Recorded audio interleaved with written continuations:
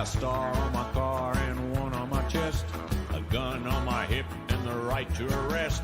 I'm the guy who's a boss on this highway, so watch out what you're doing when you're driving my way. If you break the law, you'll hear from me, I know. I'm a working for the state, I'm the highway patrol. Well, you'll know me when you see me, 'cause my door's painted white, with my siren screaming and my flashing red light.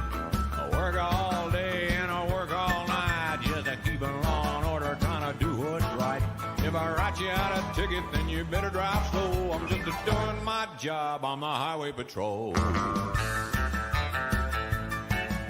the highway patrol, the highway patrol. My hours are long and my pay is low, but I'll do my best to keep you driving slow. I'm just doing my job, I'm the highway patrol.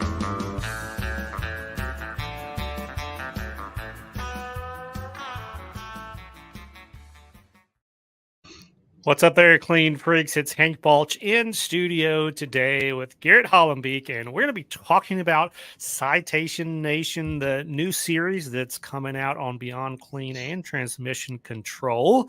And, you know, today on today's little short show, we're just going to go behind the scenes a little bit here with Garrett to learn about the vision for the show, what you should expect if you tune in, and a little bit of things here and there along the way. So y'all know me, but let Garrett introduce himself. Garrett, welcome to the party. Yeah, tell folks a little bit about yourself.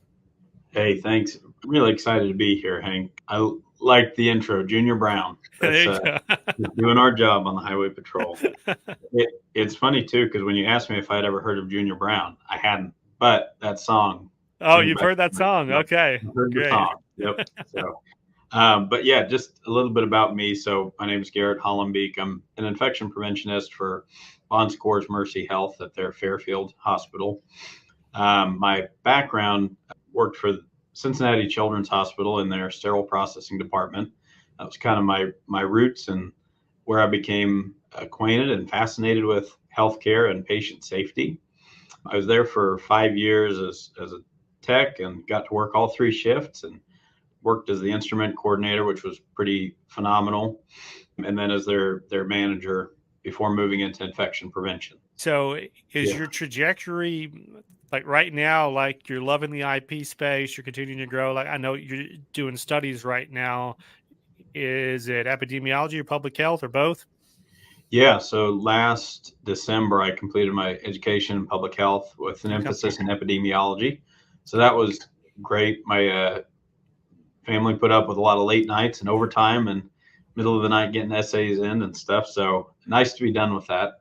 Okay. But that was kind of a nice thing too, is public health that can feel a little abstract, can feel a little bit, you're just looking at numbers and data tables, and then you go into work and that's public health. You've got dirty instruments. And now in my role where I'm at now, it's you get around on patients and see why we do what we do. So it makes it pretty concrete, which I like. Yeah, it's such an interesting journey in your career, but also now perspective that you can bring, because the challenge always on the sterile processing side is we don't get to see the patients that our instruments impact. And, you know, part of your job, as you said, it is not only rounding on the patients, but also dealing with the impact of any issues or breakdowns in that chain of infection. So I'm sure you're bringing all of that experience, all that passion to bear every day in your day job.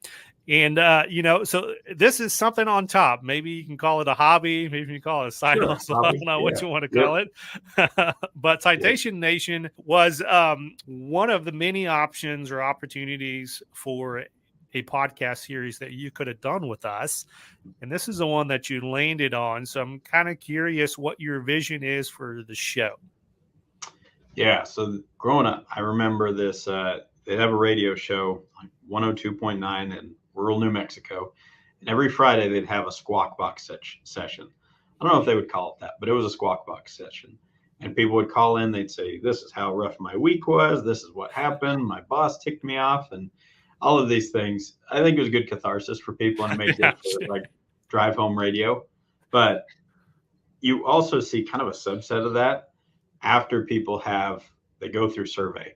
and you talk to them, how was your last survey? How'd everything go? What they cite you on? What were they totally oblivious to? And so I thought there's a good need there for sterile processing technicians, infection preventionists, the people who are kind of in this grind to say, this is what happened. These are the successes. This is where it was totally off kilter. This is just the crazy thing the surveyor did when they were on site. And Citation Nation is going to be that spot where you can call in and talk to people who are going through it. The intro, for the highway patrol is one aspect of that response that people can feel. It's kind of like when you get a cop that pulls up behind you, even if, you haven't broken the law on the highway in 20 years, but just something about having a cop behind you is like, okay, now's the time that I'm going to forget my blinker, or did I put my seatbelt on? And when you hear the words, your accreditation survey is coming, or, potentially even just IPs coming to do an audit, there's a level of stress, even if you are doing everything you should be doing, that just rises up inside you. And then the reality is, just kind of like with the cop scenario, is almost always, if you look hard enough, there's probably something that's awry, like your inspection's off on your car, or, this and that. And then same thing with our departments, obviously. And so when I heard the idea and we kind of fleshed this out of the success stories and the improvement side of this citation question, I think that's just a really fun and creative approach to something that is often just stressful. Yeah, because it is a nationwide thing. Every facility that receives CMS reimbursement receives accreditation from one organization or another. And we prep a lot, we talk a lot about it, but it's still kind of a mystified process. And it's always a pet peeve of mine. I'm a big transparency fan. If I don't know something, and I'll see, moving into the infection prevention space, 9 out of 10 infection preventionists are coming from an RN background. I'm not. That's not my forte. I can tell you how to clean a scope, tell you how to troubleshoot your sterilizer, but there's a lot that I rely on the frontline staff as the experts to say, you teach me. We have that feedback loop. It's here's the standard. I'm sharing the expectation. I'm sharing the policy, maybe the compliance bundle. And then they're giving that feedback loop to me to say, well, this is what happened with this patient, or this is maybe something you're not looking at. So that feedback loop is so important, and a big part of why I think this kind of venue has value, because we all need that feedback. So Garrett, talk to us a little bit about what these episodes hold in store for us. Obviously, there's a squawk box component. Sure. And a feedback component like you mentioned, but bring us maybe some more concrete understanding of it, if you will. Yeah, so we want to prepare people. We're listening for education and preparation. So a few of the guests that we have lined up, I'm pretty excited about. We have one of my former coworkers who's worked in accreditation and regulatory for 30 years. I mean, you can say, what's this instance? What's this citation? And how the surveyor is going to think, and she'll rattle it off right for you. Yes. Preparing for this, I sat down with her and said, in your experience, what did you see? How did you prepare? And more importantly, after the survey, what was the game plan? Did you have to meet with your CNO? Did you have to meet with your SPD? Like, what was the game plan? Because we prepare a lot before survey. There's not a clear-cut way of like, how do you tackle it once they leave? And you have 30 or 45 days to fix everything. So we'll have some folks from regulatory on there. We'll also have some folks who are in the trenches and in the industry and talk about what changes were made to be compliant with a resurvey or a following survey. And some of those are pretty robust. I was impressed when I heard, this department went from, and I don't want to spoil it too much, but I'll talk a little bit about it, but higher IUSS rate to nothing. And how do you get from A to B? And how do you do it without burning out your staff? How do you do it without throwing every other process out the window and still keeping your surgical staff happy? So, and then we'll also just have some, I'll say they're outside of the fringe of strictly sterile processing or infection prevention, but talking about the overall holistic view of healthcare when we get to citations. Are they fair? Are they appropriate? Is there opportunity for us to look at accreditation through an alternative group?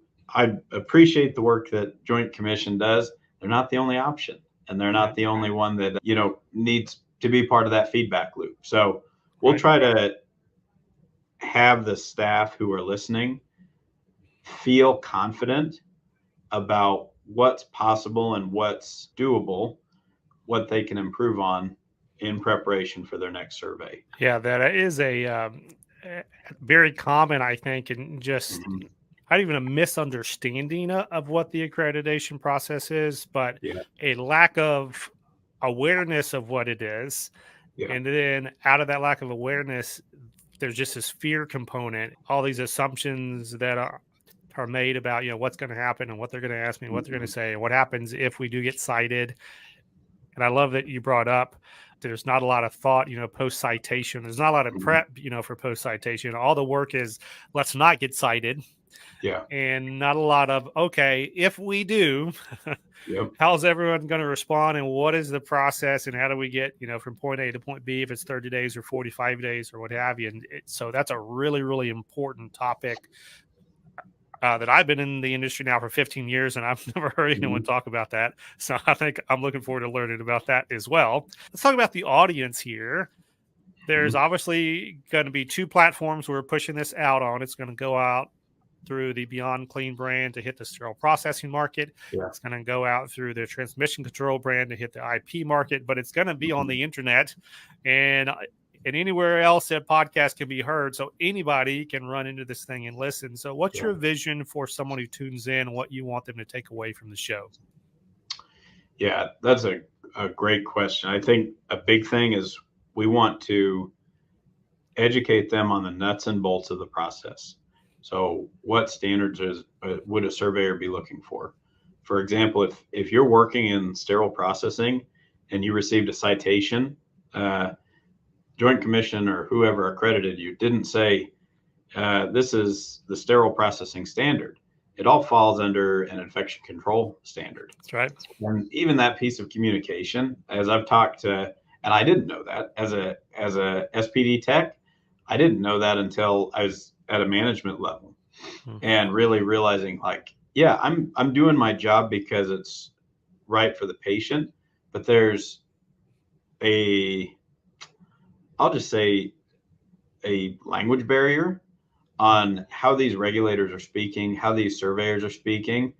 And so we want to educate the listener on how to seamlessly get through your survey and accurately represent your process.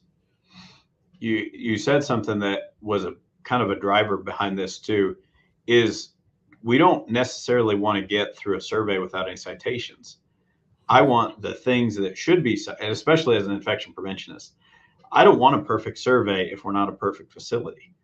And I want the things that should be cited, and I don't want the things that shouldn't be cited. Right. So when your surveyor comes in and they ask why the gold ring handles are not as shiny as the other ones, and is that a problem? And as a tech, no, that's not a problem.